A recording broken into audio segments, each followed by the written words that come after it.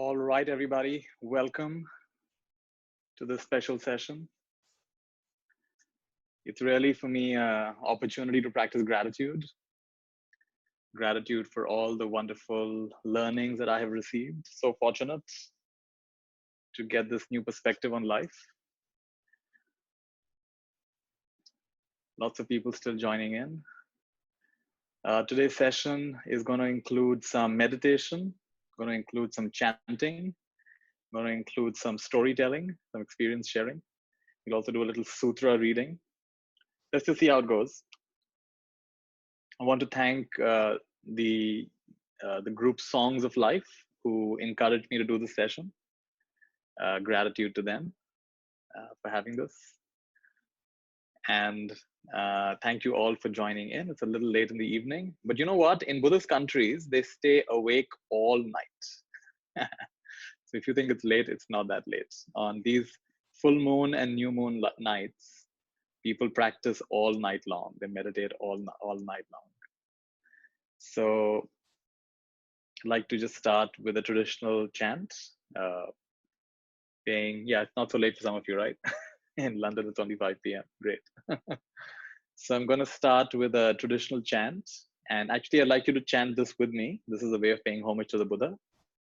So if you want, you can repeat after me. Namo tassa bhagavato arahato samma sambuddhassa. Namo tassa bhagavato arahato samma sambuddhassa. Namo tassa bhagavato arahato samma sambuddhassa. Homage to the blessed, noble, and perfectly enlightened one. Homage to the blessed, noble, and perfectly enlightened one. Homage to the blessed, noble, and perfectly enlightened one. Beautiful. I asked my teacher, why do we repeat things 3 times? And he said that hopefully you're aware at least 1 time. So in Buddhism, we often do things 3 times. And hopefully we are aware, mindful at least 1 of those 3 times.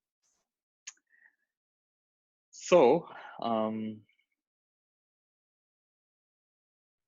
of the best things I've learned from my teachers is the power of pause. Get present. Whatever you're doing, get present. When listening, just listen. When seeing, just see. When feeling, just feel. Wherever you are, whatever you're doing, just tune in, just listen, just get present. So today's session also, I'd like you to be present. I'm going to play a beautiful bell, which is inviting all of us to be present. I find that the bell doesn't work so well with these headphones. I'm going to put them off for a second, and hopefully you'll hear it better.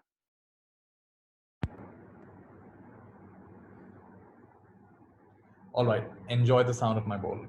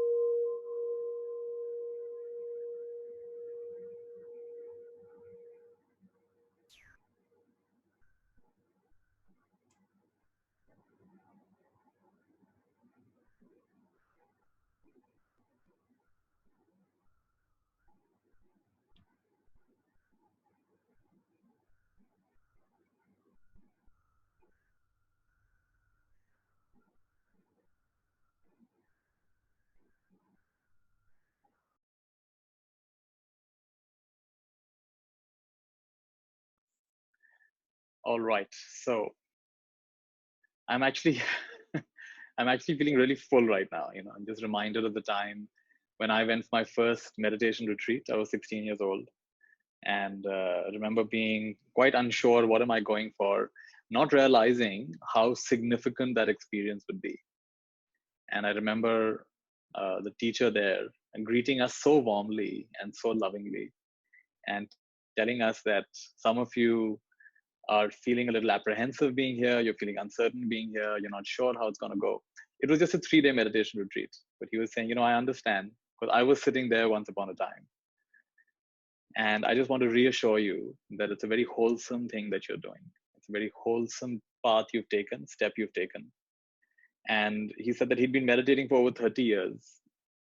And he felt like a deep well had been dug within him, where day and night sweet water would keep coming out.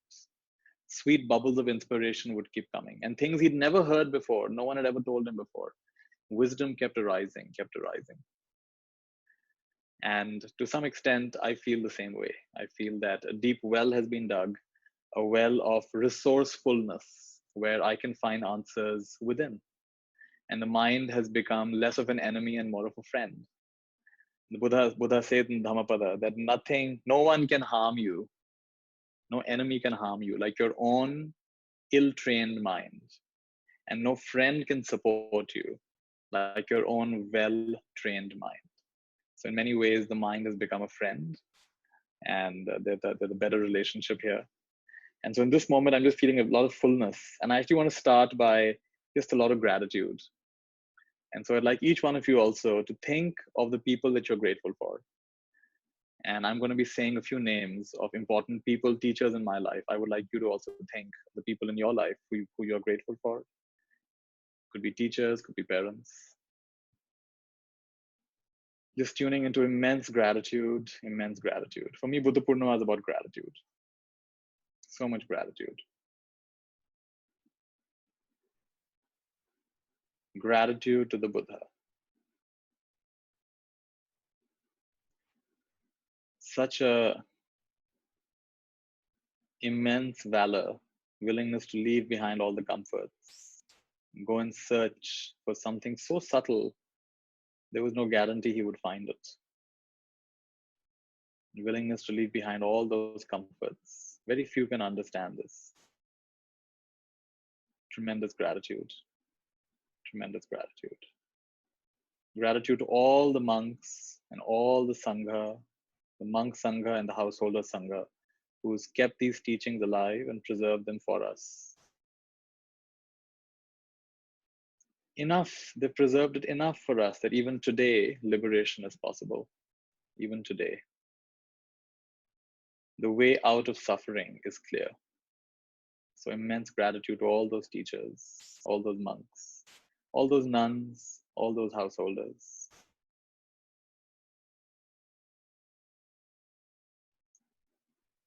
Immense gratitude to the lineage that I was introduced to. We have teachers in Burma, Webu Sayadaw, and Ledi Sayadaw, and Seaji Uba Khin, and S.N. Goenka, and all the teachers that I first came across these teachings from. My first meditation teachers were so patient with me. Immense, immense gratitude. All the people who've served and supported the courses I've done. As a young student, I couldn't afford these courses. They were all given free of cost. So grateful.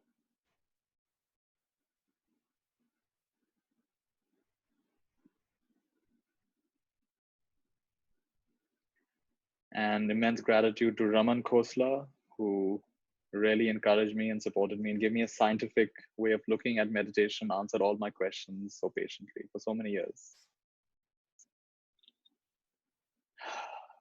Immense, immense gratitude.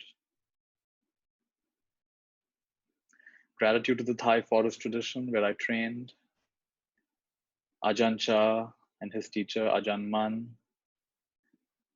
And then the teacher who ordained me.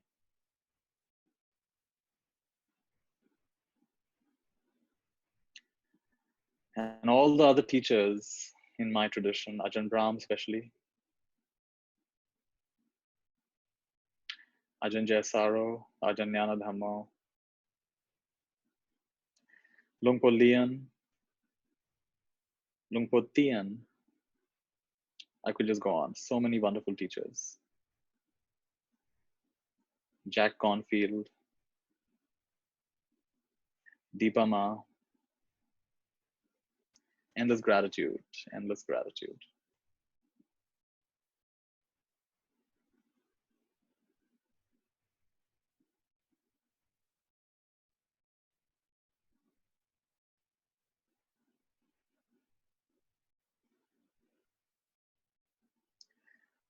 So I'm going to be doing some chanting now, and you can listen to this. Some parts of it I'll invite you to chant with me. Other parts you can just listen to.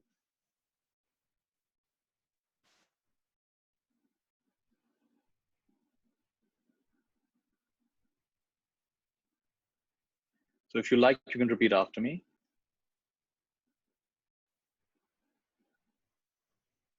Buddhang saranang gacchami.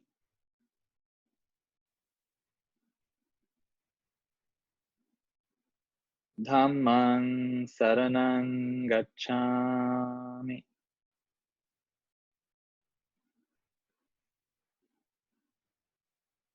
Sanghang saranang gacchami.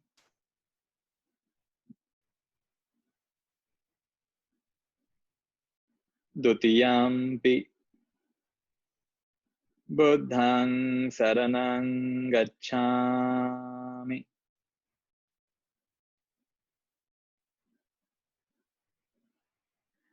Dhammang saranang gacchami.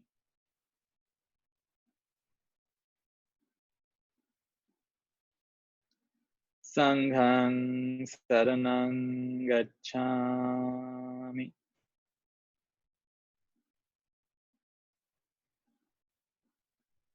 Tatiyampi Buddhang saranang gacchami.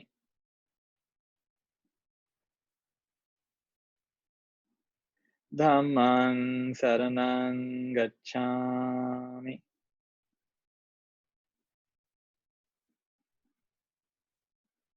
Sanghang saranang gacchami.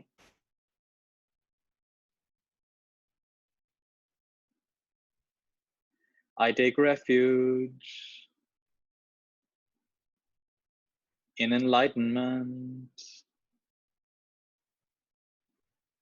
I take refuge in the teachings of enlightenment. I take refuge in the community dedicated to enlightenment. So these are three refuge: Buddhang Saranam Gacchami, Dhammang Saranam Gacchami. Notice Dhammang is different from Dharmang. This is the Pali language. And Sanghang Saranam Gacchami. So we're taking refuge in the Buddha, which actually means to wake up. Of course, it also represents a historical person. It also represents the principle of awakening, enlightenment. And then the teachings that guide us towards that. And then the community that is practicing, that has practiced, is practicing, and will practice. And now I will chant the Buddha, Dhamma, Sangha, their qualities, and I'll chant this now in Pali. You can just listen to this. Itipiso bhagava arahang samma sambuddho vijjacharana sampanno sugato lokavidu anuttaro purisa dhamma sarathi sattha deva manussanang buddho bhagavati. Swakhato bhagavata dhammo sanditthiko akkaliko ehipassiko apanaiko pachattang veditabbo vinyohiti. Supatipanno bhagavato savaka sangho Ujupatipanno bhagavato savaka sangho Nyayapatipanno bhagavato savaka sangho Samijipatipanno bhagavato savaka sangho Yadidang chattari purisa yugani atta purisa puggala esa bhagavato savaka sangho ahunayya pahunayya dakhinayya anjali karaniya anuttarang punyakhetang lokasati. Ye cha buddha atita cha ye cha buddha anagata pachuppanna cha ye buddha ahang vandami sabbada. Ye cha dhamma atita cha ye cha dhamma anagata pachuppanna cha ye dhamma ahang vandami sabbada. Ye cha sangha atita cha ye cha sangha anagata pachuppanna cha ye sangha ahang vandami sabbada. Natti me saranang anyang buddho me saranang varang. Natti me saranang anyang dhammo me saranang varang. Natti me saranang anyang sangho me saranang varang. Etena satcha vajjena sottite hotu sambada. And now you can chant with me. Bhavatu sabba mangalam. Rakhantu sabba devata. Sabba buddhanubhavena. Sada sothi bhavantu te bhavatu sabba mangalam rakhantu sabba devata sabba dhammanubhavena sada sothi bhavantu te bhavatu sabba mangalam rakhantu sabba devata sabba sanghanubhavena sada sothi bhavantu te.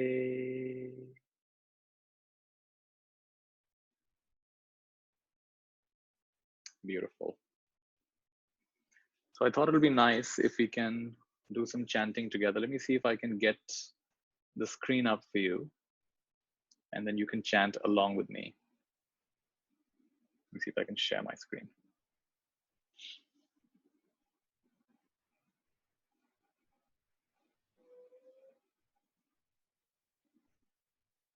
All right. So here we have some chants.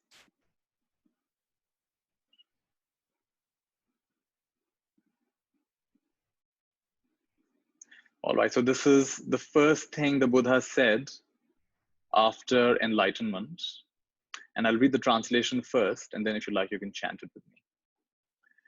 Through many births, I have wandered in samsara, seeking but not finding. The builder of this house, painful is repeated existence. Householder, you are seen now.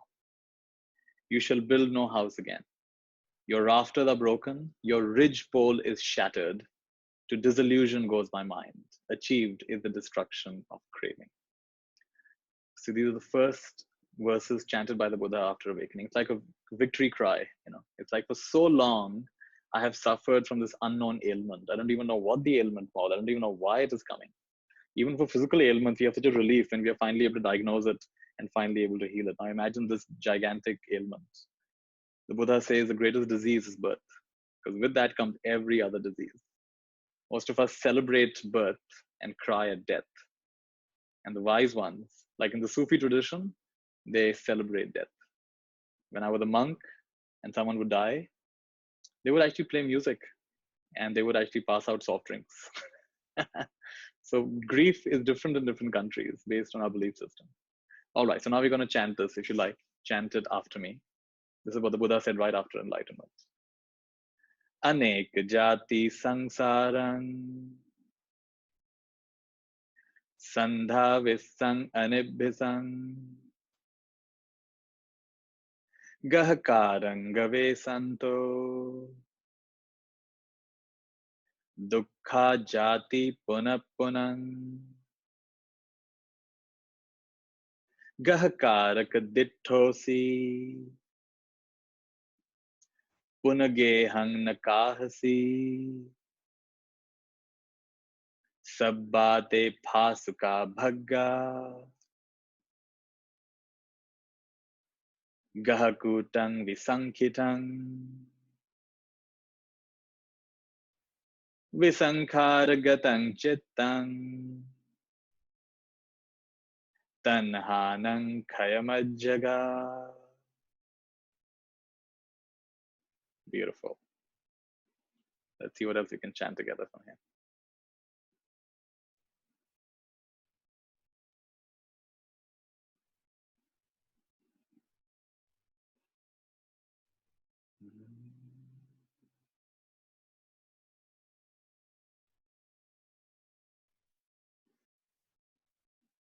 This is what I chanted a little while back. Itipiso Bhagava Arahang. This is one of the main chants. We pay homage to the Buddha. Such indeed is the Blessed One, worthy, fully self-enlightened, endowed with knowledge and conduct, fortunate, knower of the worlds, the incomparable tamer of trainable men, teacher of gods and men, enlightened and blessed. And these are the qualities of the Dharma.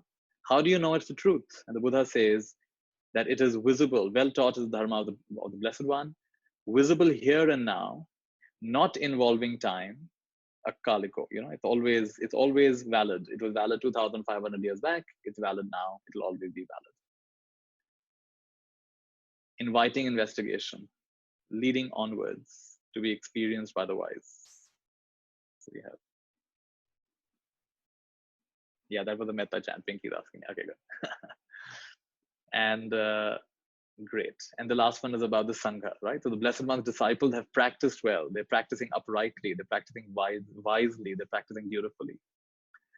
And the four pairs of persons, the eight kind of individuals, the four pairs of persons represents those who, in Buddhism, there are 4 levels to which you wake up. There are 4 stages in which you wake up. You let go of stuff. It's 4 stages of letting go, actually. Just want to make sure I'm not missing out on any important chats from all of you. Let's see how it goes. Okay. I want to just see a good chant that we can all do together. This is a nice one. This is the Mangala Sutta. And this is one that's chanted very often. This is very useful for all of us. It reminds us of what leads to blessings. So this is an easy one for us to chant. I hope the translation is here. Translation is not in this book. So I can actually translate it for you. Do I have it in another PDF? One second. Let me just translate it for you because I know the meaning. So basically the Mangala Sutta is how to live a high quality life. It's all the blessings you can have in life, right? And the story goes that there was a conversation which arose among the devas, the gods, of what is truly beneficial, what is truly helpful, what is truly beneficial. And this conversation, there was a lot of confusion in the heavens and on earth and in all the realms, that what leads to a truly beneficial way of living? What are the highest blessings in the world? So the story goes that the Buddha was staying at Jetavana in Shravasti, and a very bright being, like a deva, bright being, you could say an angel, comes and appears. And he says in verse, he asks the Buddha in verse, Bahu deva manussacha mangalani achintayam akankamana sottanam bruhi mangalam uttamam. So he says many devas, divine beings, as well as humans, are very confused and very perplexed about what leads to a wholesome life, what leads to a good life. So can you elaborate and can you elucidate what are the highest benefits? What leads to the highest benefits? And the Buddha also replies in verse, and then he goes on to give the following benefits. Right. So should I quickly give you the meaning? Then we can chant so you know what you're chanting. Asevanacha balanam. So he says, don't associate, number one blessing, don't associate with foolish folks. Panditanancha sevana. Right. So asevanacha balanam panditanancha sevana. Pandita is a wise person. So don't associate with fools, associate with the wise. This is the first thing the Buddha says. Puja cha pujaniyanam. Those who are worthy of respect, those who are worthy of honor, then you give them honor, you respect them. Etang mangalam uttama. Number one. So the very first blessing, in fact, this is the power of association, right? They say the people you associate with the most, you become just like them. And the Buddha says that 2,500 years back, he says, don't associate with those who have chosen an unwholesome path for themselves, because you're going to become like them, right? Next blessing. Pati rupa desavasocha pubbecha katapunyata. Now, very interesting. He says, live in a suitable country. What's a suitable country? It's a country. There's no country that's perfect. Many of us criticize our own country. I mean, I'm calling from India, so we criticize India. But India has so many blessings. You can practice your own religion. You can go to your place of worship, or you can choose to be irreligious if you choose to be. So a place where you can practice. I mean, there are certain countries, certain parts of the world where they're so tight and they control your way of thinking. So live in a suitable place. Ubbecha kata punyata. Having done good deeds in the past. You see, the fact that you can attend this call means you put in good deeds in the past. You're living in a suitable environment. You have the internet. You have a phone or a laptop. You've heard about today's session. So when you put yourself on the right course, then good things start happening to you in your life. I can see people are asking questions, but I'm going to get to questions a little later on.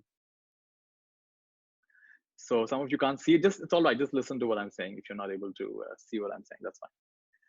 Because some of you don't have video, and that's fine, right? And atta samma panidicha. Put yourself on the right path. What's the right path? You know what the right path is. Live on a right path which involves gratitude, which involves wholesomeness, which involves self-discipline. Don't dissipate yourself. Use the skills and talents given to you for the highest benefit of all. Put yourself on a path where you're not caught up in concepts so much. A healthy path, a path of awakening, a path of liberation. And we know what binds us, we know what liberates us. Certain habits bind us, certain habits uplift us. Etang mangalam uttama. Bahu satchancha sippancha vinaya cha susikito subhasita cha yavacha etang mangalam uttamam. So to be of wide learning, to be of deep learning, and to have a good sense of, you could say, ethics, right? Vinaya, of course, represents how people conduct themselves, and how do you conduct yourself in a way that you don't hurt and harm others. So a good basic sense of ethics. I was reading a book today where the author said that he was part of a company, and he was very senior in this company. Everyone loved his work, but he saw the company do something very unethical. And that was enough for him. And he raised his hand and said, this is not suitable. And he said, oh, no, let it be. It's not bothering anyone. But he left his job because of that. And that put him on a totally different path. So how strongly can you follow your own ethics, right? And are you of wide learning? Are you of deep learning? Because that learning will support you in your life. Subhasita chaya vacha. I love this. When you speak, does it touch people's hearts? Does it open people's hearts? Or does it hurt people's hearts? So can you learn to speak in a way that is true and that is kind and that is necessary? True, kind, and necessary is wholesome speech. Mata pitu upattanam. Pay respect and take care of your mother and father. Puttadaras sangaho anakula chakkamanta etang mangalam uttama. So do your duties towards your parents, towards your children, towards your wife, and all the other people that are related to you. Follow the dharma according to them. Do the right thing. Etang mangalam uttama. Danancha dhammacharyacha. Many of us have enough and more than enough. And especially at times like this, can we think about those who are not doing so well, who are not even sure where the next meal is coming from? Danancha dhammacharya. Be generous. Give. When you have more than enough, then give. And of course, don't expect it. But the truth of life is, when you give, you can never fall short. You will always have more than enough. Guru Nanak, was told to look after the fields. And he was told to drive away the birds that came. And he felt such a lot of compassion. These little birds came to eat. And he could not stop the birds from eating. So he said, Guruji ki chidiya, Guruji ka khet, aa meri chidiya, chup chup khet. It is the God's field, and it is God's bird. Come, little bird, eat as much as you like. And there was a bumper harvest. So, danancha dhammacharya, do not stop, do not hold back. Open your heart, be generous. Nyata kanancha sangaho, take care of your relatives as well. Anavajjani kammani etang mangalam uttamam. Don't do anything that the wise would later reproach and say that was not a good thing for you to do. Don't do any such acts. Arati virati papa majjapana cha sanyamo appamado cha dhammesu etang mangalam uttama. So again, stay away from bad habits, and majjapana cha sanyamo. Some of you may not like this, but stay away from intoxicants and things that are addictive, because this dulls your mind, confuses your mind. Appamado cha dhammesu. Without delay, and be heedful and Act. When you know something is good, act on it. Practice what is wholesome. Attending a call like this and learning these things. This is Appamado. It's late at night, but many of you are still on this call. Etang mangalam uttamam. Garavacha nivatocha. Santuddhi cha katanyuta. Kalena dhammas savanam. Etang mangalam uttamam. I'm forgetting what Garavacha nivatocha means, but Santuddhi, as you can imagine, is contentment. And katanyuta means gratitude. I love that word, katanyuta. Kalena dhammas savanam. At the right time. And today is the right time. It's Buddha Poornima. And we are listening to wholesome teaching. Dhamma. At the right time, listen to wholesome teachings. Etang mangalam uttamam.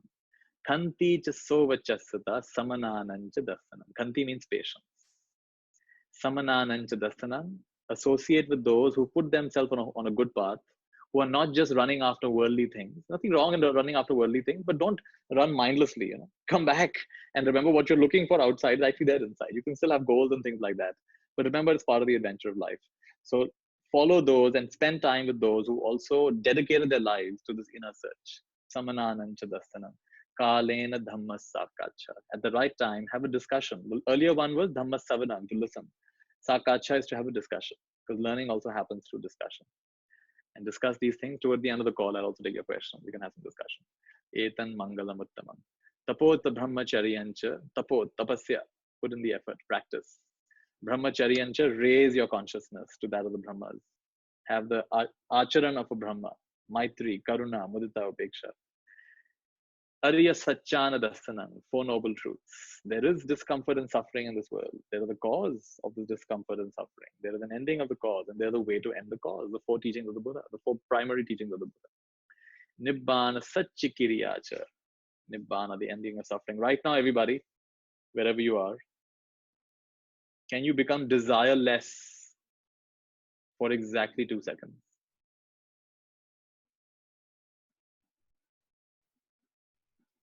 Can you drop all desires for 2 to 5 seconds? Try again.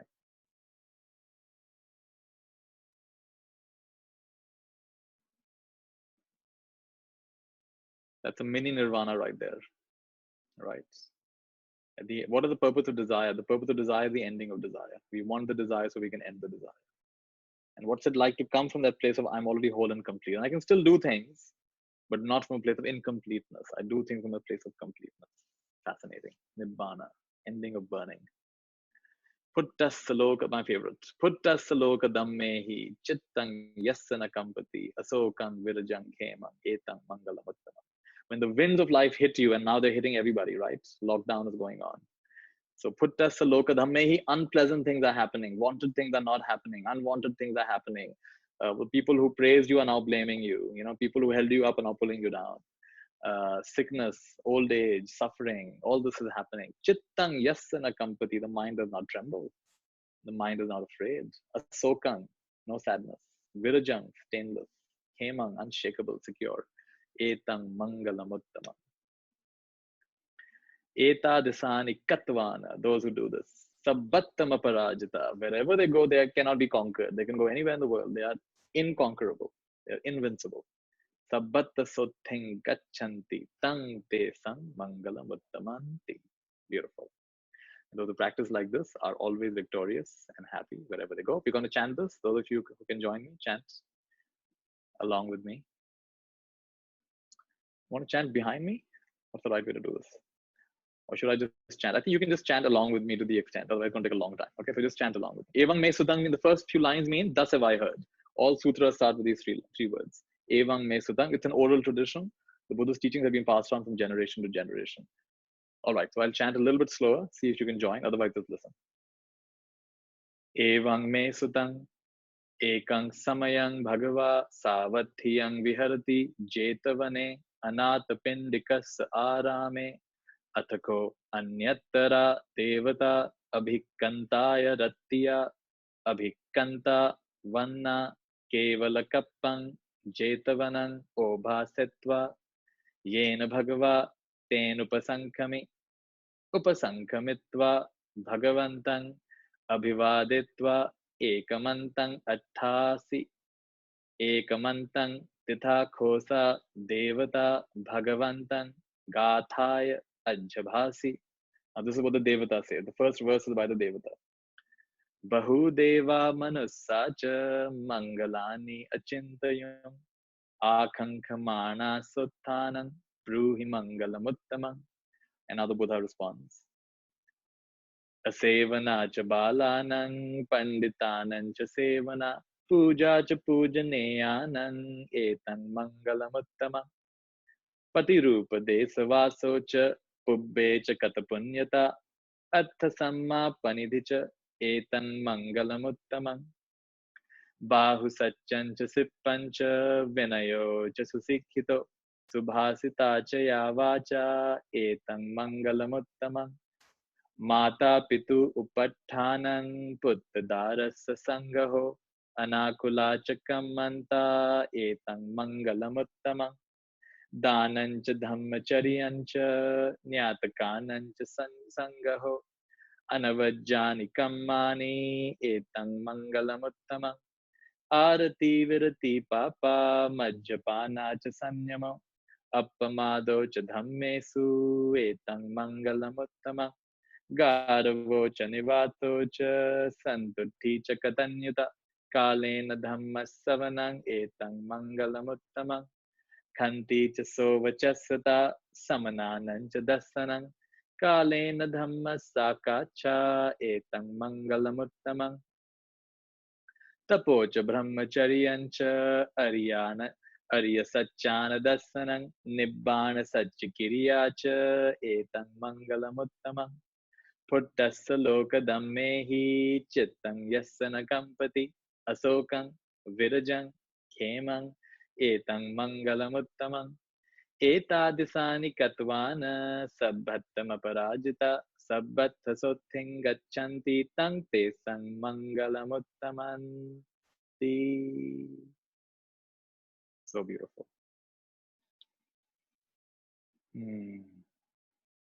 I feel like chanting a little bit from the Dhammapada, and I'll also translate. Some people think the Dhammapada is the main book of Buddhism. That's actually not true. Buddhist literature is encyclopedic, probably bigger than the Encyclopedia Britannica. And Dhammapada is one small book of verses which is a subset of the Sutta Nipata. The Sutta Nipata is another book, but basically it's a small minor collection. So Dhammapada is by no means the only teaching of the Buddha, but it is the most famous one. So since most people have heard of this, I'm going to chant from a few of the chapters. The first two verses are some of my favorites. They kind of summarize everything. Manopubangama dhamma manoseta manomaya manasa chepaduttena bhasati va karoti va tato nang dukkham anaveti chakkhum va vahato padam. What does it mean? Manopubangama dhamma. Mind is the predecessor. Mind comes first. Mind precedes all other things. All things are manomaya, they're mind-made. If with an impure mind, a person speaks or acts, what's an impure mind? You know what an impure mind is. Your mind is defiled, your mind is unsettled. From that state, from an emotionally activated state, when you speak and you act, then suffering follows such a person. Just like the ox, wherever it goes, the ox cart and the wheel of the ox cart follows this ox. The ox doesn't know why it's so heavy. Wherever it goes, it's so heavy. Life is so heavy. Why? Because you're thinking, speaking, and acting from an impure mind. Now, right away, there is a solution. Manopabangama dhamma manosetha manomaya manasache pasannena bhasati va karoti va tato nang sukhamanaveti chayava anapayini. Mind precedes all minds, all mental states. Mind is the chief. Everything is mind-made. If with a pure mind, right? Pasannena. How beautiful. With a pure mind, the person speaks or acts. Happiness follows such a person, like his never departing shadow. You see, your shadow has got no weight, and yet it's always there. No one has to check, is my shadow gone? Hey, what happened to my poor little shadow? Shadow is there. And so, with a pure mind, with a pure heart, every time you speak and act, of course, you think first, mind comes first. And you speak and you act, happiness follows you everywhere. Akkochi mang avadhi mang ajjani mang ahasime ye chatang upanehanti verang te sang nasammati. He abused me, he struck me, he overpowered me, he robbed me. Those who harbor such thoughts cannot still their hatred. Akho chimang avadimang ajinimang ahasime ye chatang na upanehanti verang te supasammati. He abused me, he struck me, he overpowered me, he robbed me. Those who do not harbor such thoughts still their hatred. You know, there was not too long back, a convict on death row in the US. And he was known to be a very violent man. And he had been put into solitary confinement many, many times because of his violent behavior. And one time again, he'd been up to some mischief and they put him into solitary confinement. He knew he was going to be alone in this room for a long time. So before they put him in, he said, I'm allowed a book. I'm allowed a book. And the warden, without even looking, he just grabbed a book and said, take that, you animal. And he threw a book inside. And he's stuck with this book for the next 10 days in solitary confinement. The book happens to be Dhammapada. And he's stuck with the teachings of the Buddha. He's stuck with the Buddha for about 10 days in complete solitary confinement. All he gets is food, nothing else. And he begins reading these lines. And then he sits and cries. He cries for days and days and days. And he comes out a totally transformed person. And then he contacts, at the back of the book, there's an address. He contacts them and says, can you send me more books? Can you send me instruction on how to meditate? And he goes through such a profound transformation that everyone, it is the prison authorities and his fellow prisoners and the other people, they all say, please pardon him, please pardon him. He's a changed man, he's a changed man. So the last time, I think they finally did put him to death, but he went so peacefully. So this is the power. A death row prisoner who's been violent his whole life. Simple words like this can transform.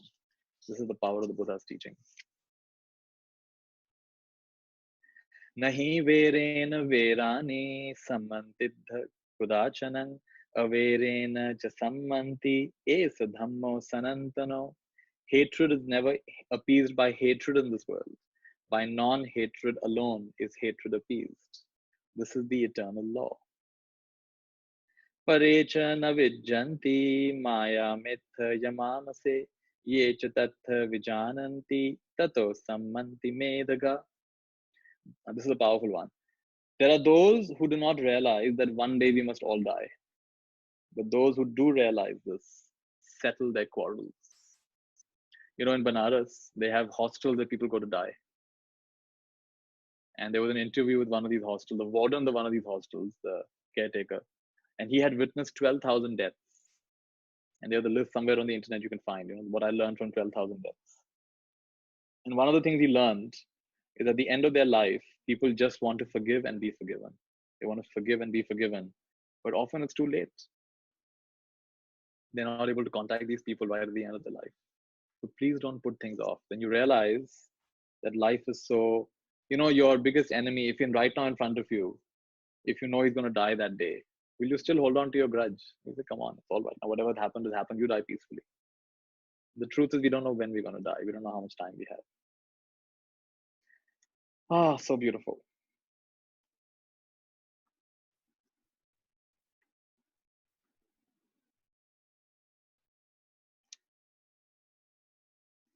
Let's have a little meditation. So please sit comfortably. Have a little meditation now.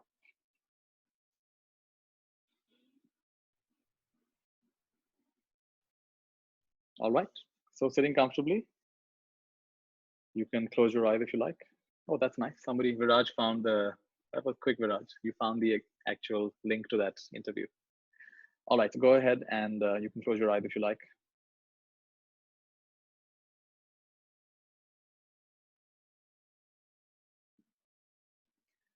It's Buddha Poornima. So more than ever, the energies of awakening, enlightenment, all the support is available to you on this call. Everyone on this call is here with you. I'm here with you. All your teachers are here with you. Nibbana Dhatu is here with you. Enlightenment is beckoning. Come, come, come. It's not in the future. It's right here. It's right here. It's closer than you think. It's before you think. I wonder what my next thought will be.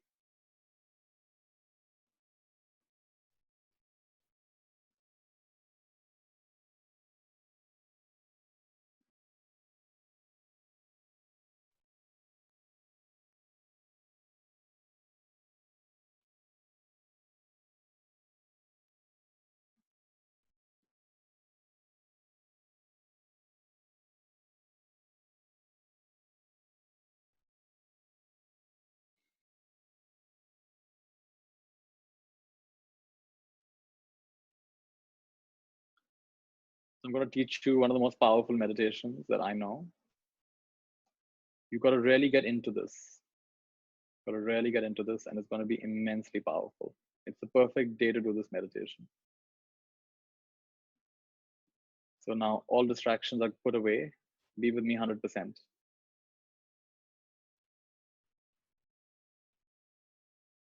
You are seated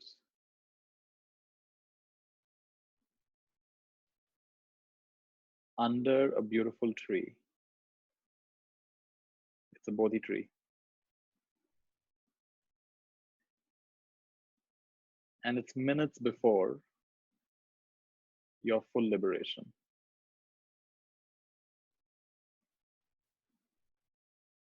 It's minutes before the entire mystery is going to be revealed. The entire mystery of who you are, what this life is.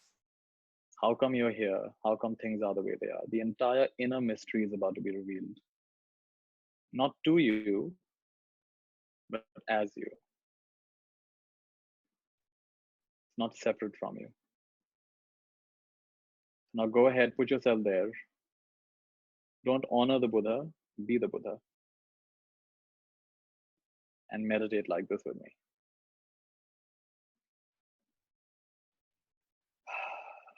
Empty yourself.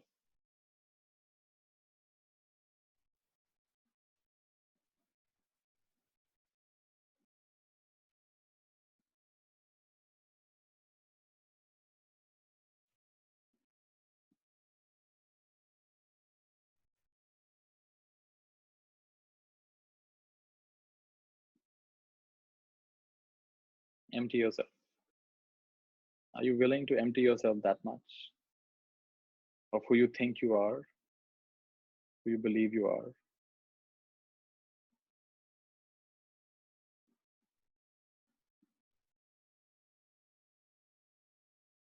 Are you willing to jump off the cliff of the known and spread your wings into the unknown?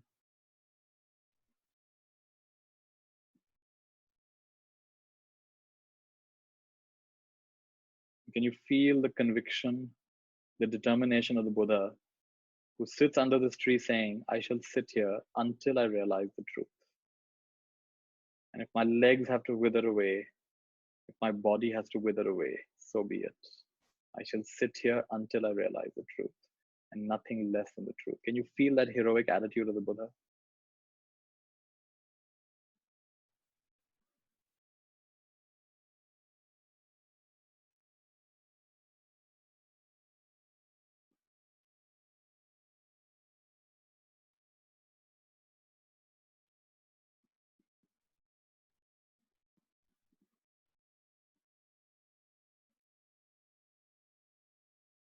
And now let it happen.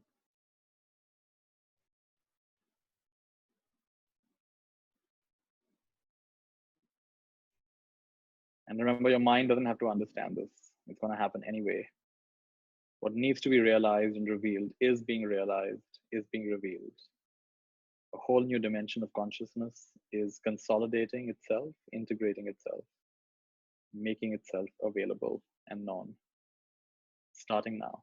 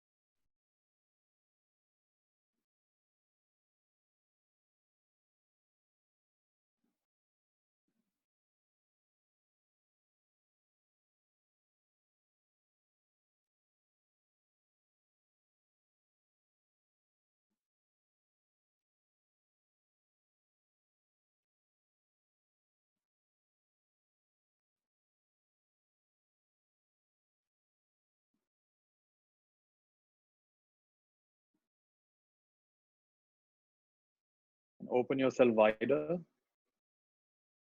wider. Just receive. Nothing has to be done. Just open and receive. The beautiful, the beautiful. Realization of truth.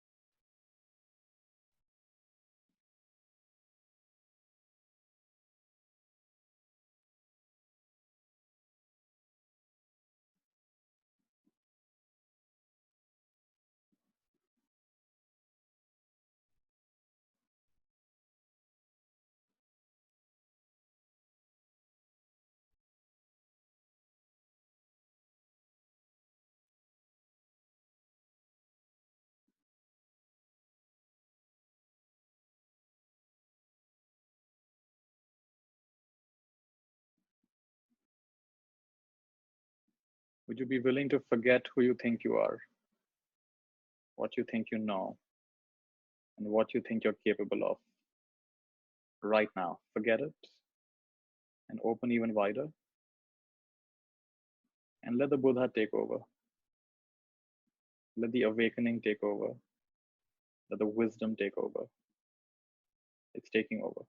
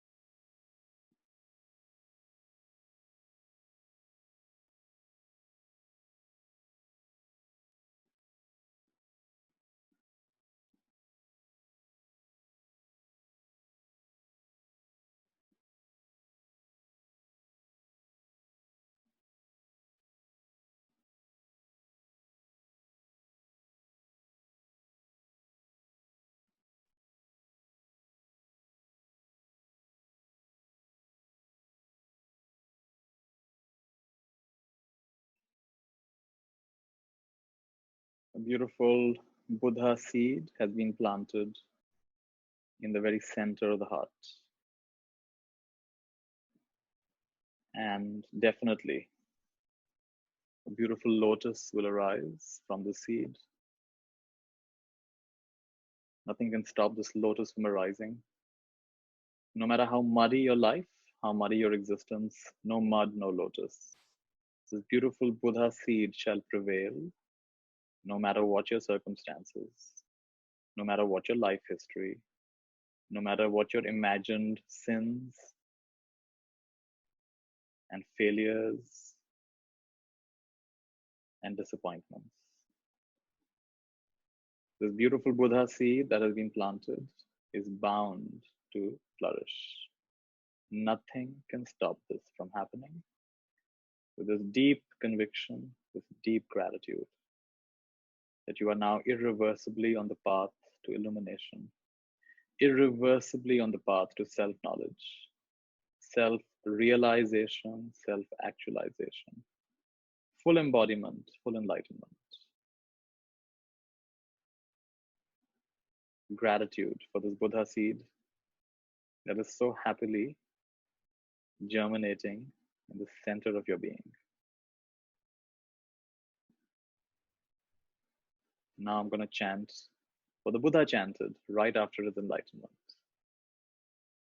Anek jati sangsarang sandhavisang anebhisang gahkarangave santo dukkha jati punapunang gahkarakadethosi punagehan nakahasi sabbate phasuka bhagga gahakutang visankhitang visankharagatang chittang tanhanam kayamajjaga.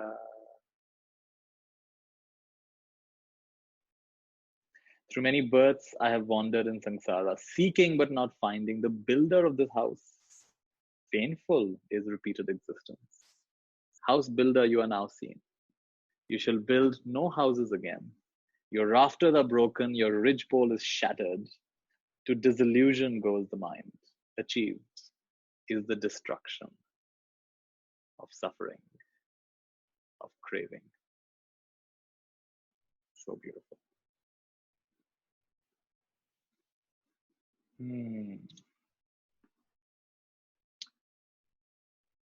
So beautiful, everybody. Awesome. Let me show you a few photographs from my monk life. Maybe some of you will enjoy that.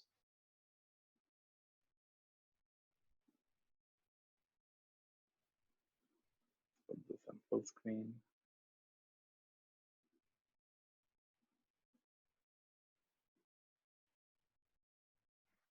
This is Ajahn Mun. He is the one who inspired monks to go back, and because monks had become, and this happens from time to time, they become very lazy. They were receiving patronage from the kings of Thailand. They were living very comfortable lives, and the Ajahn Mun said, no, this way of comfort and luxury is not the way the Buddha taught. So he began a movement. He, along with others, began a movement of going back to the forest, the dense forest, to meditate. And he and his monks would seek out forests filled with tigers and other wild animals. Because in places like that, you can't fool yourself. When the tiger roaring, you can't fool yourself. There's no place to run to. There's no place to hide. So either you're going to have a panic attack, or you're going to get really firm in your meditation objects. And so, great heroic teacher Ajahn Mun and his teacher Ajahn Sao, his teacher and him are the ones who kind of really inspired the modern forest tradition. This is my teacher Ajahn Chah, very wonderful teacher, talked a lot about his own limitations and didn't try to make himself appear like a great holy person. He talked about having all the doubts, all the challenges, all the lusts, and still being able to, my earphone's running out of battery.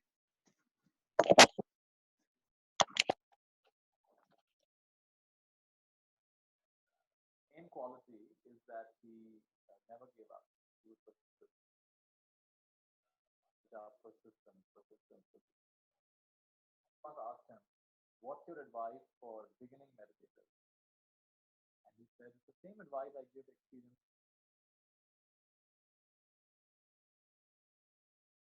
Almost all his teachings are, you can't hear me?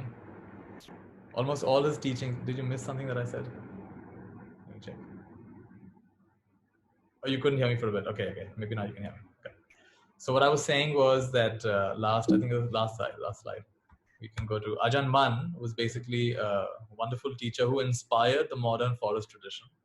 And he and his teacher Ajahn Sao are the ones who inspired it. And here we have Ajahn Chah, who was my teacher. Ajahn Chah, who I consider my teacher. I actually never met him, but I still consider him my teacher because he's been a big influence in my practice. And Ajahn Chah is someone who really talked about his own shortcomings a lot. And he said how he was able to overcome his tremendous doubt, his tremendous lust, his tremendous sense of doubting every teacher, every person, including himself. And he was able to overcome that by sheer persistence. Somebody asked him, what do you teach? What's your teaching for new meditators? He says the same teaching for old meditators. Keep at it. Persistence. So many things I've learned. And you can find, just search for Ajahn Chah. Ajahn is spelled Ajahn, Chah. And his teachings are all his books are freely available online. You'd love his teachings. A lot of people have thanked me for his teachings, but I'm thankful to him for his teachings. This is the teacher who ordained me, Luang Por Liam. And very beautiful. A monk of few words, didn't speak much, but profound example. And one fun thing about him is that he was known to be an expert of out-of-body travel, astral travel. So there were many times where we would be up to some, not exactly mischief, but we would basically be, doing a little bit that we're not supposed to be, like monks, maybe having more tea in the evening than we're supposed to have, or some snack than we're supposed to have. And he would casually mention what was going on over there. And he's living in a different monastery, and he'd casually mention. So we had to be very alert. You never know what he was picking up on. And can you recognize a handsome monk? That was me in my, I think, 4th or 5th year of the monk. Let me see if I can get your chat. Some of you are typing something. Yeah. Ajahn Chah. Ajahn is spelled Ajahn. Ajahn Chah. Just search for him online. You'll find his website, lots of free books and things.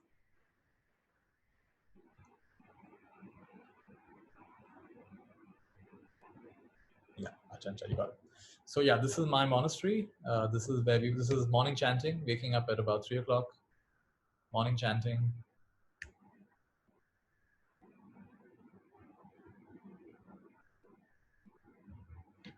Yoso Bhagava Arahang Samma Sambuddho Vejja Charana Sampanno Sugato Lokavidu. That's morning chanting. Check out Ajahn Brahm. Yeah, thanks Ajanta for sharing that. That's great. Ajahn Brahm is one of the most famous students of Ajahn Chah. Morning chanting. In fact, this photograph is most likely, it's either a full moon or a new moon. We meditate all night on full moon and new moon. So this is probably one of those nights, if I'm not mistaken. Unless it's early morning. It could also be early morning. You see on the wall over here, all the great monks, their photographs are put up on that wall. A lot of stories about each of those monks, all great forest masters. So after morning chanting and meditation, we clean the meditation hall, put on our robes, walk to the neighboring villages, and people would share with us. Oh, we have someone from Melbourne, Australia. you're practicing at 3 a.m. That's the time the monks wake up. Well done. Welcome, Daki. Welcome. So yeah, we walk through the villages, and people share. Which monastery is this from? This monastery, my monastery is Wat Pa Nana Chat. Let me type it out for you. Wat. Go here. Wat Pa Nana Chat. You can Google it. You'll find their website. And we walk through the villages. People would give us food. This is Ajahn Jayasaro, famous, wonderful monk, British monk. He's such a handsome monk that he would not allow his photos to be printed anywhere because too many women would have a crush on him. It's a rare photograph of Ajahn Jaisar. Bhargavi is asking, when do you go to sleep? You can go to sleep anytime as long as you wake up at 3. There's no time limit for sleeping. Walk through the village. I was in an international monastery, so you have monks. I had many teachers. Someone's asking the name of my teacher. But Ajahn Chah would be the main teacher, and then Ajahn Jaisaro, Ajahn Jnanadhammo, Ajahn Brahm, these are some of the teachers. Ajahn Sumedo, some of the teachers. Ajahn means Acharya. Acharya goes to Thailand, becomes Ajahn. Beautiful. Someone's asking me about my encounter with Mahavatar Babaji. I never had an encounter with him, but one of the first books I read was Autobiography of a Yogi, and I would chant Mahavatar Babaji's name. So yeah, he would come in my dreams and he guided me in various ways. So definitely, yes. We'd come back from the walk, and then the food that we'd collected would be taken to the kitchen area. Because some of us go to big villages, some go to small villages. And everybody would share the food. The bananas would go in one tray, rice would go in one tray. It would all be put out like this.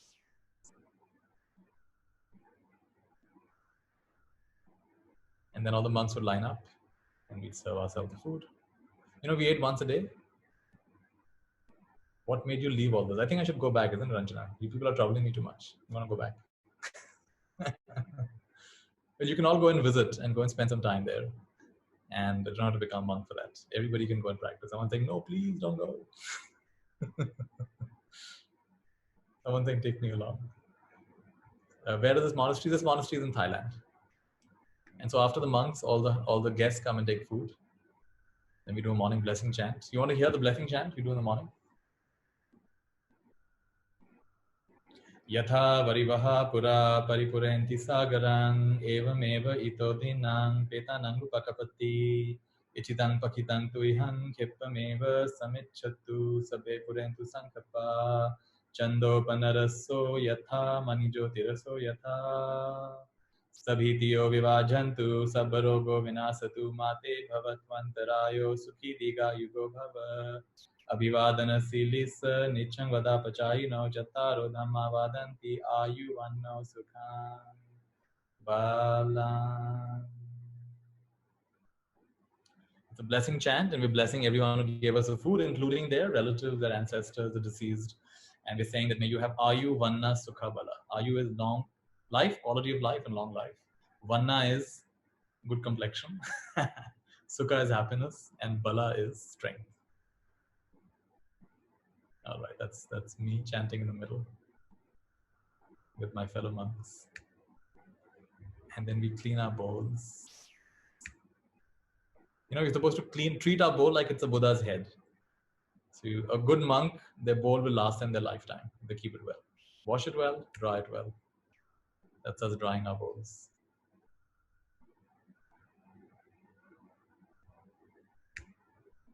And we keep it to dry so that it ventilates, so there's no rust that forms. Then we do our duties, and even the visitor, this little boy is visiting, he's also doing everyone's helping out. So we do the duties, keep the monastery clean, sweep the monastery. It's a big monastery, so it takes a while to sweep everything. Yeah, Pratap, we'll do Mangal Maitri before we finish. I have someone asking me if I still have my bowl. I don't have my original bowl because I gave it to another monk, but I do have another bowl which is also a monk bowl, but I've never used it as a monk. So the word Dhamma, someone's asking about Dhamma and Dharma. Dharma is a Sanskrit word and Dhamma is a Pali word. That's the only difference for now. Thank you, Prashanti. Happy Buddha Poornima to everybody. Yes, Ajahn Kevali is now the how do you know Ajahn Kevali? Ajahn Kevali is now the abbot of Wat Pa Nanachat. And he was a few years senior to me. Yes, so I know him well. Yeah, so we do our duties. This was the hut of my teacher that I cleaned for over a year. I did all the duties that maids do in India, cleaning toilets and dusting and mopping and taking away the cobwebs. And it was good for me to do that. But in India, we're so used to, of course, now in lockdown, we're all doing it. But in India, we're so used to other people doing this for us. So it just taught me the dignity of labor, right? To spend an hour or so every day cleaning his hut. Someone's asking, what is the ultimate truth that the Buddha was enlightened with? You have to find out, Shraddha, how can I tell you the ultimate truth? But one thing is for sure, it is not a conceptual truth. So it's not something which anything you can say is not it, right? It can point towards it, but it's not it. So one way of pointing towards it would be when seeing, like right now, when you're hearing me, just hear. When seeing, just see. And feeling, just feel. Go with direct experience without adding or subtracting from it. This would be a good hint for you. That's me as a novice monk. It was my duty to prepare tea in the evenings. We ate once a day, but we had an evening tea break, which of course we all look forward to. There were teachings on the... Someone asked me, do I know the Tibetan yogi? I don't know him, Milarepa, but one of my greatest inspirations. Milarepa, the great inspiration, definitely. Some of the other inhabitants of our monastery. Someone's asking, is it possible for normal people like us to go to the monastery? Yeah, different monasteries. In my monastery, you had to write and get permission. You had to stay for a minimum number of days. But there are many monasteries that are far more friendly towards people to come. My monastery was really designed for serious practitioners, those who wanted to be monks. So we didn't like too many visitors. But most monasteries, if you write to them, they'll let you come for some time. He would give food to the squirrels.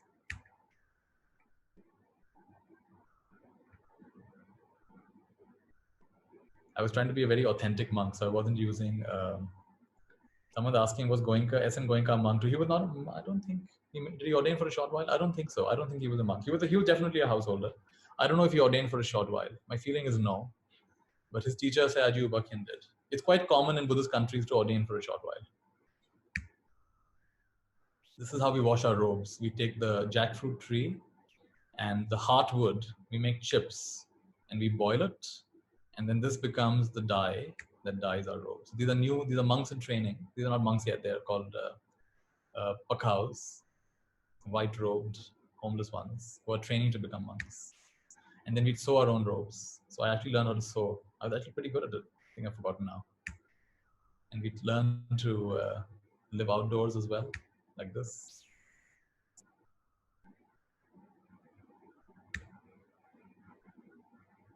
Someone's asking, why did I leave my monastic life? For the same reason I became a monk. I was guided to become a monk, inner guidance. There comes a point in the practice where the heart tells itself what to do. So the heart said, become a monk. And at one point, the heart said, now this is complete, move on. And I just followed. And that may not make sense to everybody, but that's all right. Some of the huts in our monastery. This is walking meditation. So we don't just sit and meditate, we also walk and meditate. So you see these candles? Those yellow things are candles that light up at night. And the subtle competition is who puts their candles off last. So who meditates longest? This is the women's section of my monastery. This is a very fancy building someone made, which some of the monks are quite embarrassed about. But this is where we do every 2 weeks, we chant all our monk rules. And we recite there are 227 rules for monks. We recite the rules and we confess if we've not abided by any of those rules. And this is a deep forest. This is the only building in a very large forest radius. We'd go here for 3 months at a time. If you can recognize, I'm somewhere in this photo. I doubt you can recognize.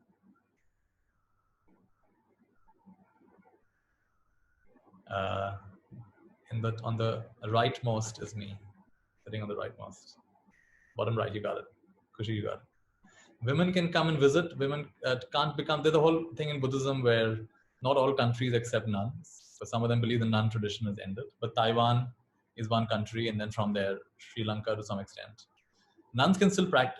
Women can still practice, but they can't often become nuns. There's a whole historical reason behind that in Buddhism. The last nun died some centuries back, and there's a controversy whether you can have nuns or not. It's a bigger discussion. Yeah, so we train in the deep forest like this. I found this cartoon. Is it proper for a monk to use email? Sure, as long as there are no attachments. That's Ajahn Chah. That's Ajahn Jayasaro with Ajahn Jnana Dhammo, my first acharyas, two of them. This is where Ajahn Chah's, when he was cremated. This is very interesting. This is a phenomenon known with some saints. When they're cremated, their remains take on a very special appearance. So in Ajahn Chah's case, you see the glass thing in the center? His remains took on a mother of pearl coral-like appearance. And so these are called Sharirika Dhatu. So for someone who's awakened, enlightened, there is a belief, and not a belief, but you can actually go and see it, that their body becomes so purified, the elements of the body get so purified that when they're cremated, interesting phenomena happen. This teacher, for example, I knew him, Ajahn Panyavado, one of the most senior British foreign monks. When he passed away, when he was cremated, there was a rainbow around the sun at the exact time he was cremated. It was seen by thousands of people. Yeah, so, and funerals are very common. We meditate on death. This is a skeleton in my monastery. We would meditate on the skeleton, reminding ourselves that, you know what? There's one right here. There's a skeleton right here. Someone's asking, can monks marry? You would like to marry a monk, wouldn't you, Prashant? But no luck there. Monks don't marry. And, except unless you're a Japanese monk, because the emperor forced all the monks to marry. So the priests in Japan marry. And in some Tibetan sects they marry, but they're not really monks. They're more like priests. Who took all these pictures? This is a collection of pictures from the website, and also some of them my brother took when he visited me. All right, because I think this is Sri Lanka. I was in Sri Lanka for a while. You have had a glimpse of my monk life. This is a cave. This is in the US. I was teaching for a while in the US. This is one of the lectures I gave at, which is this one? I think Columbia University. Ta-da! I think we're done. Let me look at some of your questions. There's some questions here. Curious, what language are the chants? The chants are in Pali language. Adda Magadi, more accurately, Pali language. This is the language the Buddha spoke. Kunal, how is Dhamma different from Dharma? I've answered that question, Kunal. It's the same. It's a different language. What are the Lotus Sutras? Lotus Sutras are the Mahayana Sutras, which are these are teachings which have been inspired by the Buddha, which came after the Buddha. Now, there's a controversy, of course. Some would say the Buddha spoke these teachings. Historians would agree that these are teachings which came after the Buddha. But again, what is the Buddha, right? Is Buddha only is he a physical entity, or is he a divine being? So in Mahayana, you have a concept of Nirmanakaya, Sambhogakaya, and Dharmakaya, which means the Buddha is not just a physical body. The Buddha also can continue to teach after death and after his parinirvana, right? He is a principle which continues to teach. So Lotus Sutras are Mahayana Sutras, which came. So Theravada, which is the tradition I belong to, or rather practiced in, don't belong to any tradition. That looks at the teachings of the historical Buddha. Mahayana looks at the example of the Buddha and tries to be like the Buddha. And Vajrayana says you're already a Buddha. So the meditation we did a while back was a Vajrayana kind of meditation, where you saw yourself as a Buddha. And in that moment, whatever needed to be done was done. So those are Lotus Sutras, Mahayana Sutra. Ajahn Chah, yeah, I think I spelled out his name. I can type it out for you again. How can I type this? Oh, I'm not able to type it. So Ajahn, Ajahn-Chah, that's how you spell his name. Is it okay to doze off while meditating? And you will. I mean, you can't control that. So if you doze off, you just doze off. Don't make it a habit though, otherwise you'll be sleeping every time. So you can meditate with open eyes, you can stand and meditate, you can try all of these things. What is the reason behind saying beautiful all the time? I love how you say that. I think it's just a habit of mine. I say beautiful and wonderful all the time. And if you keep saying beautiful, wonderful, life becomes beautiful, life becomes wonderful, right? Because as the thinker thinks, the prover proves. Yatha drishti tatha shrishti. Anju, so in the monastery, there are regular monks and visitors. I'm not sure what you mean by regular monks, but yeah, there are monks and visitors as well. I mean, if you're asking, I mean, there are broadly three kinds of monks. There are temple monks, there are scholarly monks, and there are forest monks. And you can distinguish them by the kind of clothes they wear. This is like, you got to have a bit of a trained eye by the way they wear their robes and some other characteristics, you know. Basically, temple monks are they're more like, their life is spent more in social work and social service. They're more available. Scholarly monks' life is spent more in academia, language learning, subtle analysis of scriptures, learning other religions, giving commentaries, books, lectures. Forest monks focus more on meditation and meditation practice, tend to live more in secluded places, away from cities. But every monk has an important role to play. All are important. Do you teach and take students? I mean, not for particular courses, but overall as a student to facilitate the path. I don't really take students, but I'm happy to share what I've learned. And if people can take advantage of that, they're welcome to. I don't see myself as a guru. I see myself as a Kalyana Mitra, which is what the Buddha called himself also. Kalyana Mitra is a friend in people's benefit and welfare. I would love for people to learn from many teachers, don't just learn from me. And in the end, have only one guru, this one. Let the inner guru be the Sadguru, be the true guru. So there are people who join me in various online and other courses and retreats and things, but I don't really see myself as a guru. So in that sense, I don't take students. But yes, in a conventional sense, that right now if I'm teaching, then all right. So right now for the conventional purposes, yes, you're a student for a little while, but you're not my student. You're a student of the truth. And so am I actually. So am I a student of the truth. This is a very, very important question. Sanjay, I've missed your question. I'm not sure which one it is. Harsh says, please speak on Rakhantu Sabba Devata. The Buddha believe in ghosts and devatas. The Buddha did not believe. The Buddha spoke from experience. So he realized that there are subtle beings as well. And just because you can't see them doesn't mean they don't exist. So the short answer to your question is yes, there are, at least in the Buddhist cosmology, there's not only human realm, there is animal realm, there is ghost realm, there is hell realm. These all also correspond to mind states, by the way. Right? And there is also Devic realm, there's Brahmic realm, and then there is what is beyond all realms. And you can cycle through these realms. Right? And the idea of the Buddhist teaching is to, and by the way, you don't have to believe in all of this. Your own experience will guide you. You will know from your own experience as you get more subtle in your practice. Like I'll give you my own example. When I began meditating, my teacher asked me to notice that at the end of the practice, when we radiate good wishes, loving wishes, notice if the wind changes. And so often I noticed, we had these little bells hanging outside, like a wind chime kind of thing. And so often I noticed at the end of our 1 hour practice, we would radiate loving wishes. And the wind chime would start moving just at that time, more than any other time. Because devas are mostly made of water element and air element. We are more gross, so we have a lot of earth elements, so you can see each other. Even devas have earth element, but very subtle earth element. So they're mostly air element, water element. And therefore you can't really see them. They're quite invisible. And so this is something you should experience for yourself and not just take my word for it. So Buddhist cosmology does include, and I wouldn't say he believed it, he knew it. In fact, the Mangala Sutra we read was the Deva asking that question, not a human being. I've had some experiences, but that's another story. Can monks travel by air? Buddhist monks can travel. You mean levitate? Or do you mean travel by? Buddhist monks are allowed to travel overseas and they can travel by flight. But Jain monks have strong restrictions and they tend to remain in the country. So this is a different belief system and how you do things. Can a householder live a simple life with all the responsibilities allowed, with all compassion, and thrive in a capitalist planet? Well, do the best you can. It's, one of the important teachings is you are not in the world is in you. Even the Buddha says this, the world is in you.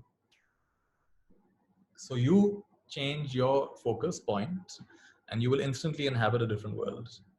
If you keep on seeing the news all the time and getting caught up in all of that, even I sometimes watch the news, that's fine. But if you keep up focusing on human affairs, then you'll be conditioned by human belief systems.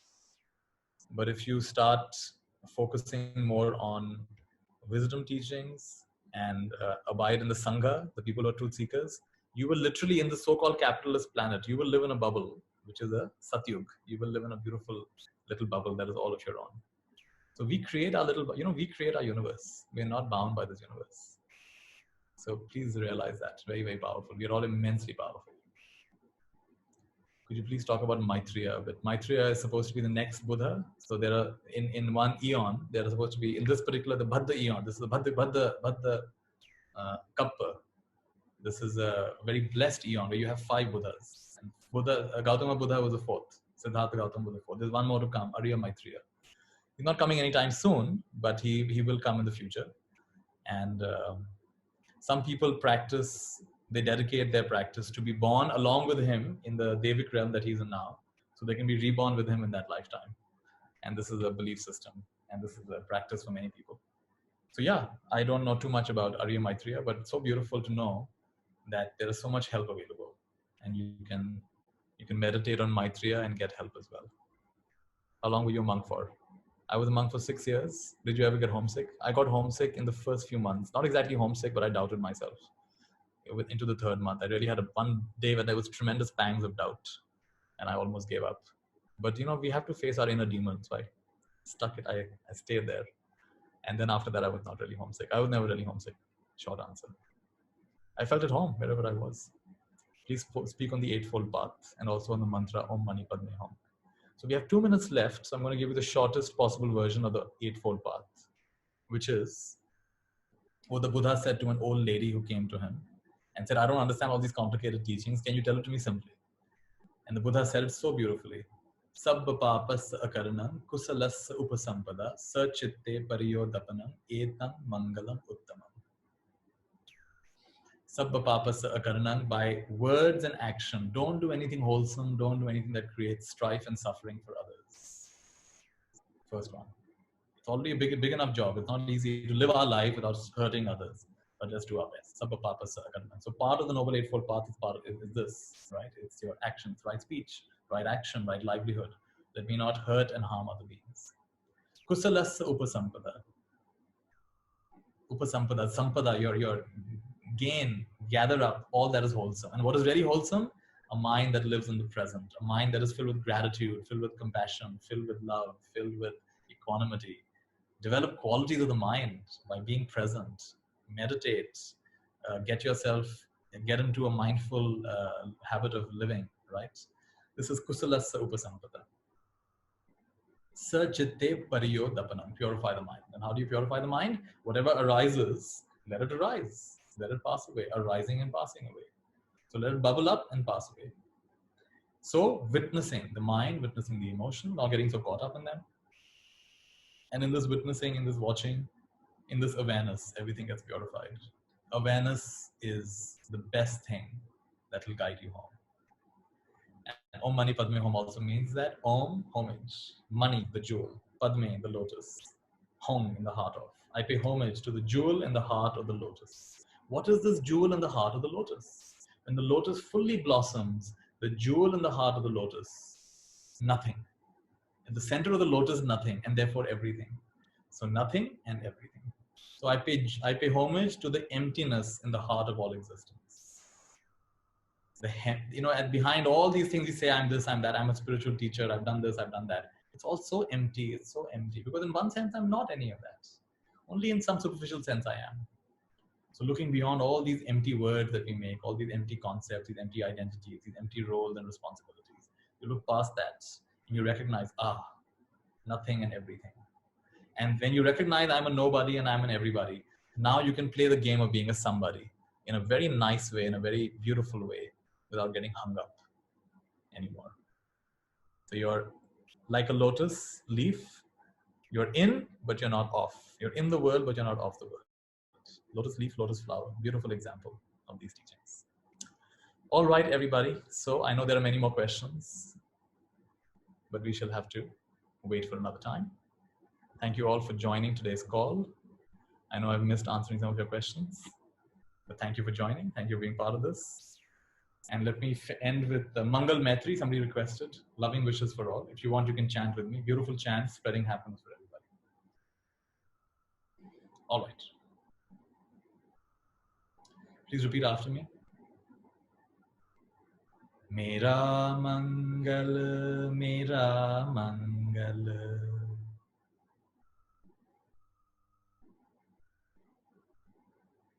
Mera Mangal ho re.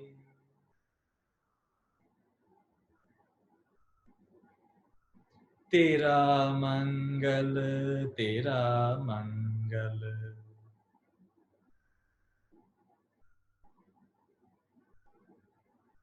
Tera Mangal ho re.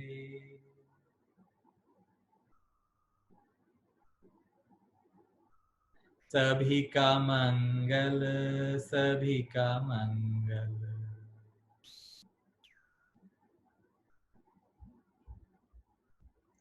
Sabhi ka Mangal ho re.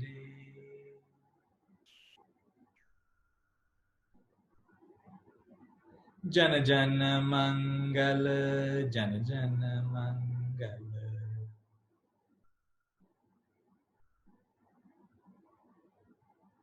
Jana Jana Sukhiya ho Vere.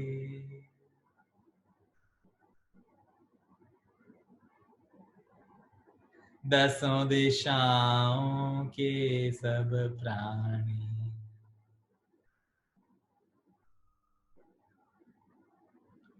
मंगल लाभी हों मेरे।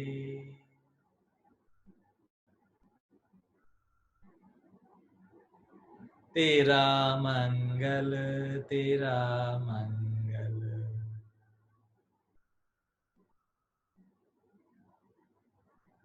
मेरा मंगल मेरा मंगल।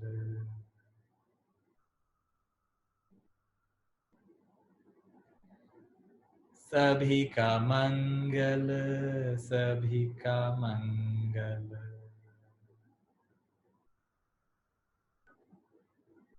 सभी का मंगल हो मेरे।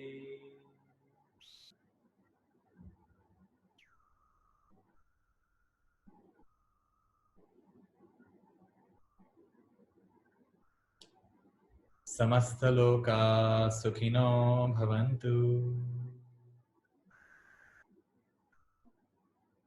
समस्त लोका सुखिनो भवन्तु। समस्त लोका सुखिनो भवन्तु। ॐ शान्ति शान्ति शान्तिः।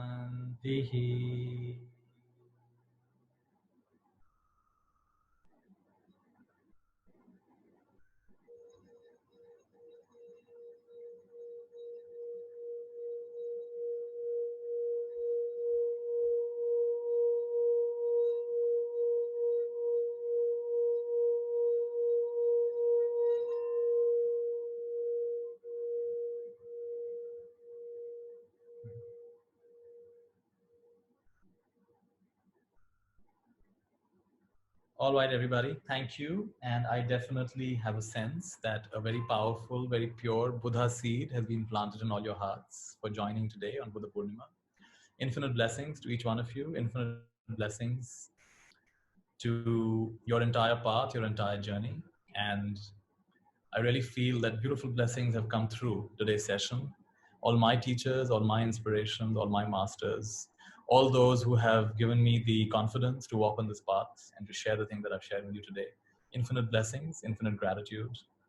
And whatever you've learned today, you obviously may not remember everything, but if even one thing stayed with you, one idea, one principle, one practice, then bring it into your life. This dharma becomes real by practicing, not just by listening, not just by discussing, but by application, right? So I'll be sharing this video also on different platforms, Facebook and other places. So you can revisit it if you like, and you can share with your friends if you like. Lots of love. Take care, everybody. Goodbye.